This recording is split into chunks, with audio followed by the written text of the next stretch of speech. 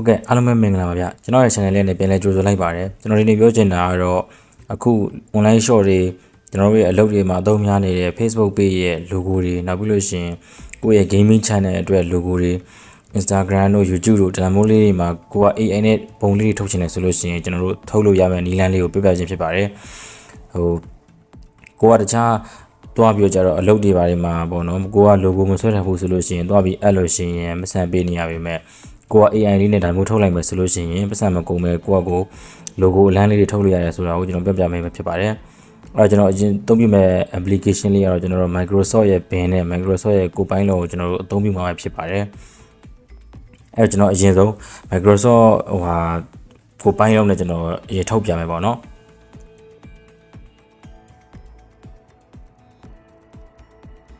ပြီးပြီဆိုလို့ရှိရင်ကျွန်တော် Microsoft ကိုပိုင်းလို့ရပြီဆိုရင်ကျွန်တော် bin ထဲကနေဝင်လဲရတယ်ပေါ့နော်ကိုပိုင်းလို့ဆိုပြီးတသက် application လည်းရှိတယ်နောက်ပြီးလို့ရှိရင် bin ထဲကနေပြီးတော့ကိုပိုင်းလို့ထပ်ဝင်လိုက်လို့လည်းရတယ်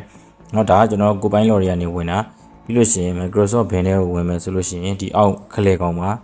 ကျွန်တော်တို့ကိုပိုင်းလို့ဆိုတာလေးရှိရเนาะဒီကောင်လေးရှိရအဲ့ရနေပြီးတော့ကြောက်လဲကျွန်တော်တို့ဝင်လို့ရတယ်ပေါ့နော်အဲ့တော့ကျွန်တော်ဒီ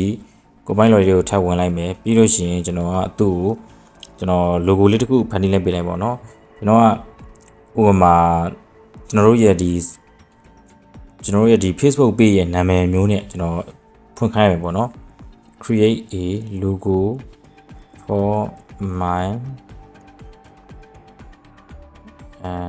Facebook page and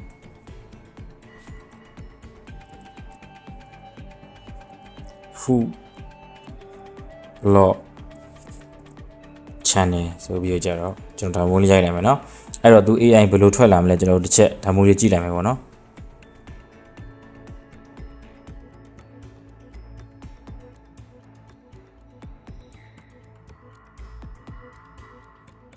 ဒါဆိုလို့ရှိရင်သူက AI ကကျွန်တော်တို့စပြီးကြတော့ကျွန်တော်တို့ရဲ့ဒီစာလေးနဲ့လောက်ခိုင်းတဲ့ဥစ္စာကိုအလုပ်လုပ်နေဖြစ်ပါတယ်အဲ့တော့သူ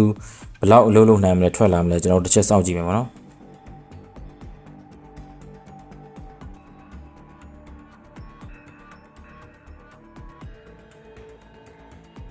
ဒါဆိုလို့ရှိရင်ကျွန်တော်တို့ food blog အတွက်ကျွန်တော်တို့ logo လေးတွေထွက်လာပြီဘယ်လိုပဲပြောဒီ logo လေးတွေဆိုရင်ကျွန်တော်တော်တော်မိုက်တယ်เนาะဒီမှာဆိုလို့ရှိရင်လည်းကင်မရာလေးထဲမှာဘေးကနေပါငါလေးတွေပါလေးတွေနဲ့အပြည့်စုံပေါ့နော်ဒီမှာဆိုလို့ရှိရင်လည်းကျွန်တော်တို့ဒီ Facebook ကနေဖျက်သီးလေးတွေနဲ့အာလူကြော်လေးတွေနဲ့ဇွန်ခင်းလေးတွေနဲ့ကျွန်တော်တို့ချစ်စရာလေးပေါ့နော်အစင်လဲပြေတယ်ဒီကောင်လေးတွေကိုကျွန်တော်တို့ရဲ့ဒီ Facebook page တို့ကျွန်တော်တို့ YouTube channel တို့မှာဒါမျိုးလေးတွေ logo လေးတက်လိုက်မယ်ဆိုလို့ရှိရင်ကျွန်တော်တို့သူများကိုလည်းသွားပြောကြတော့ကိုကပတ်စံပေးပြီးလောက်ခိုင်းကြမလို့တော့ဘူးကိုကဒါမျိုးလေးလုပ်လို့ရတယ်ကိုယ့်ရဲ့ဘယ်လိုပြောရမလဲ idea creation စမ်းသပ်မှုတစ်ခုပဲလိုတယ်ပေါ့နော်ကိုကလောက်ခိုင်းရင်လောက်ခိုင်းတယ်လို့မျိုး AI လုပ်ပေးတဲ့ဥစ္စာလေးတွေကိုကျွန်တော်တို့ယူပြီးတော့ကြတော့အသုံးပြုလို့ရပါတယ်ဒါကတော့ကျွန်တော်စာကြောင်းလေးနဲ့ပြောတာပေါ့နော်ကျွန်တော်ထပ်ပြောကြဗျာနည်းနည်းလေးထပ်ပြောကြစကြည့်လိမ့်မယ်ဗျာ add text ဆိုပြီးတော့ကြတော့နာမည်တစ်ခုခုပေါ့နော်ကျွန်တော်တို့ food blog တဲ့နာမည်တစ်ခုခုချက်လာပါပေါ့နော်ဥပမာ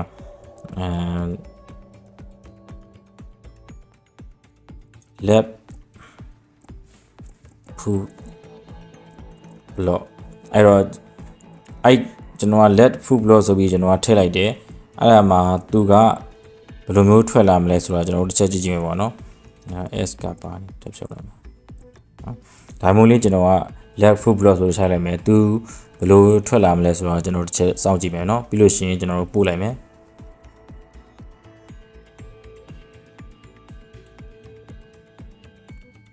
ဟုတ်ပြီဒါဆိုလို့ရှိရင်ကျွန်တော်တို့သူကနောက်ထပ်ပေါ့နော်ဒီစာလေးနဲ့ထည့်မယ်ပုံလေးလည်းတချို့တူတဲ့ဟာလည်းတူတယ်မတူလို့ရှိရင်ပုံလေးပြောင်းသွားလည်းရှိမယ်ပေါ့နော်သူကဒီ let food blog ဆိုတဲ့ဥစ္စာကိုကျွန်တော်တို့ရဲ့ဒီ AI ပုံနဲ့နောက်ထပ်တစ်ခုထပ်ပြီးထုတ်ပေးတာဖြစ်ပါတယ်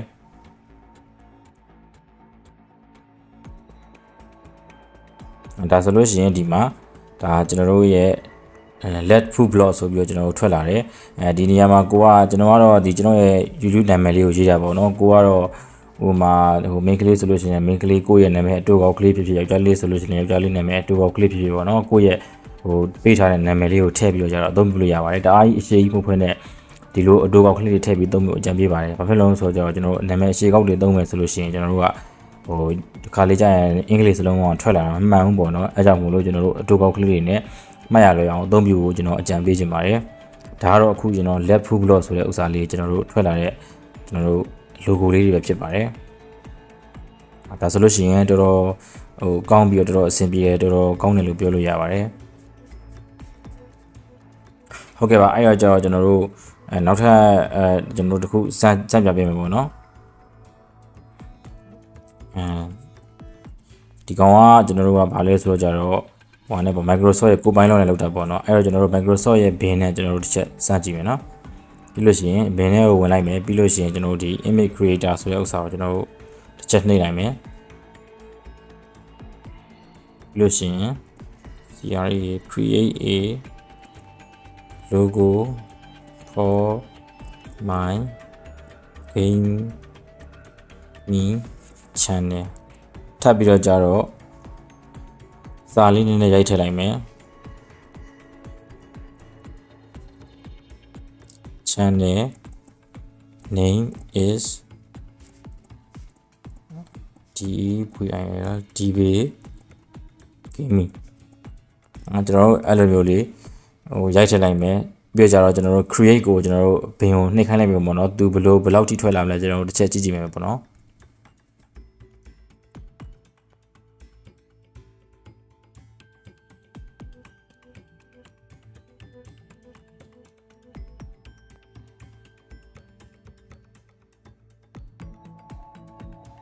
ဒါဆိုလို့ရှိရင်ကျွန်တော်တို့ဒီမှာ double gaming ဆိုပြီးတော့ကျွန်တော်တို့ရဲ့ gaming channel အတွက်သူဒီမှာ double gaming ဆိုပြီးတော့စလုံးပေါင်းလဲဒီနည်းနည်းတော့ဒီကောင်ကလွဲတယ်ဒါပေမဲ့လည်းကိုကဒီနေရာလေးမှာကိုနည်းနည်းဟိုဖုန်းနဲ့ဓာတ်ပုံပြင်တာလေးပါနည်းနည်းတက်တယ်ဆိုလို့ရှိရင်ပြန်ပြီးတော့သုံးပြလို့ရတယ်ပေါ့နော်ဒီမှာကြည့်လို့ရှိရင်ဒီမှာ double gaming ဒီမှာဆိုလို့ရှိရင်မှန်းသွားပြီ double gaming ဆိုလို့ရှိရင်ရုပ်ထွက်ကောကျွန်တော်စလုံးကောကျွန်တော်တို့ဆင်ပြေတယ်ပြီးလို့ရှိရင်ဒီမှာကျွန်တော်တို့ဒါဆိုလို့ရှိရင်ဒီလိုပုံလေးကိုကြိုက်တယ်ဆိုလို့ရှိရင်ဒီပုံလေးကိုကျွန်တော်တို့စက်ကလေး30ကိုနှိပ်ပြီး download ဆွဲလိုက်ပြီးလို့ရှိရင်ကျွန်တော်တို့ရဲ့ဒီပုံမှန်မှာစာရေးတဲ့ application လေးတွေကျွန်တော်တို့ page art တို့ကျွန်တော် channel မှာတင်ထားတဲ့ page art တို့နောက်မှမလို့ရှိရင်လည်းကိုဖုန်းမှာကိုပါပြီးသား gallery တွေကနေပြီးတော့ add text ဆိုပြီးတော့ကြတော့ကျွန်တော်တို့ဒီမှာ active gaming ဆိုပြီးကိုကြိုက်တဲ့ gaming ဆိုပြီးတော့ရေးလိုက်လို့ရတယ်ပေါ့နော်ဒါဆိုလို့ရှိရင်ကျွန်တော်တို့ထွက်လာတဲ့ဟွာလေးတွေက quality လေးတွေကတော်တော်ဟိုအဆင်ပြေတယ်ကောင်းတယ်လို့ကျွန်တော်တို့ပြောလို့ရပါတယ်ဒါဆိုလို့ရှိရင်တော့ဒါကကျွန်တော်တို့ gaming channel အတွက်ကျွန်တော်တို့ဘင်ကနေပြီးတော့ကြတော့logo ထုတ်ခိုင်းတဲ့ပုံစံဖြစ်ပါတယ်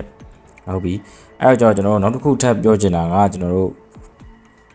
ဒီ Microsoft ရဲ့ကိုပိုင်းလော်တွေကိုကျွန်တော်ပြန်ဝင်လိုက်မယ်ပြီးလို့ရှိရင်ကျွန်တော်တို့ကဥမာကိုယ့်အကိုဒီစလုံးလေးတွေနဲ့ကျွန်တော်တို့ကသူ့ AI ကိုမထုတ်ခိုင်းတော့ဘဲနဲ့ကျွန်တော်တို့ရဲ့အပြင်ကပုံလေးတွေပေါ့နော်အဲ့လိုမျိုးလေးနဲ့ကျွန်တော်တို့စမ်းကျင်တယ်ဆိုလို့ရှိရင်လည်းရပါတယ်ဘယ်လိုလုပ်အောင်လဲဆိုလို့ရှိရင်ကျွန်တော်တို့အခုဒီမှာဒီကင်မရာပေါ့နော်အောက်မှာကင်မရာပုံလေးရှိတယ်အဲ့ကင်မရာပုံလေးကိုနှိပ်ပြီးတော့ကြတော့ကျွန်တော်တို့ရဲ့ဖုန်းနဲ့ gallery ထဲမှာရှိတယ်ကျွန်တော်တို့အသုံးပြုခြင်းနဲ့ကျွန်တော်တို့ logo ထုတ်ခြင်းတဲ့ပုံကိုဒီထဲမှာထည့်ပေးမှာဖြစ်ပါတယ်ကင်မရာလေးကိုနှိပ်လိုက်ပြီးတော့ကျွန်တော်တို့ရဲ့ gallery တွေကိုရွေးလိုက်မယ် gallery တွေကနေရာမှာ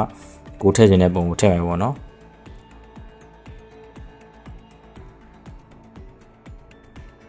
ဒီမှာကျွန်တော်တို့က create a logo for using the style အဝင်နှိပ်လိုက်မယ်ပြီးလို့ရှိရင်ကျွန်တော်တို့ကဒီအောက်ကကင်မရာလေးကိုကျွန်တော်တို့နှိပ်လိုက်မယ်ပေါ့နော်အဲဒါဆိုလို့ရှိရင်ကျွန်တော်တို့ရဲ့ gallery တွေကိုတွားလိုက်ပြီးလို့ရှိရင်ကျွန်တော်တို့လိုချင်တဲ့ပုံကိုရွေးလိုက်မယ်ကျွန်တော်တို့အခု ninja ဓာတ်ကိုင်းနေတဲ့ပုံလေးရွေးလိုက်တယ်ပေါ့နော်အဲပုံလေးကိုကျွန်တော်တို့ဒီကနေပြီးတော့ဆန့်လိုက်မယ်ဒီပုံလေးပေါ့နော်အဲဒီပုံလေးကိုကျွန်တော်တို့က inspire ယူပြီးတော့ကြတော့ AI ကထုတ်ပေးမှာဖြစ်ပါတယ်ဟုတ်ပြီအခုအဲ့တော့ကျွန်တော်တို့ဒီပို့လိုက်တဲ့ ninja ပုံလေးနဲ့ကျွန်တော်တို့ကသူကပုံလေး logo လေးထုတ်ပေးမှာဖြစ်ပါတယ်အဲ့တော့ကျွန်တော်တို့တစ်ချက်စောင့်ကြည့်မယ်ပေါ့နော်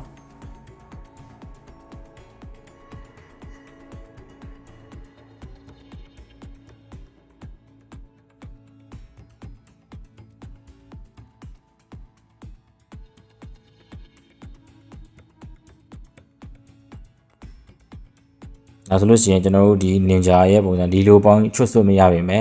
ကျွန်တော်တို့ဒီမှာ ninja အတွက်ကျွန်တော်တို့ပုံလေးတွေထွက်လာတယ်ပေါ့နော်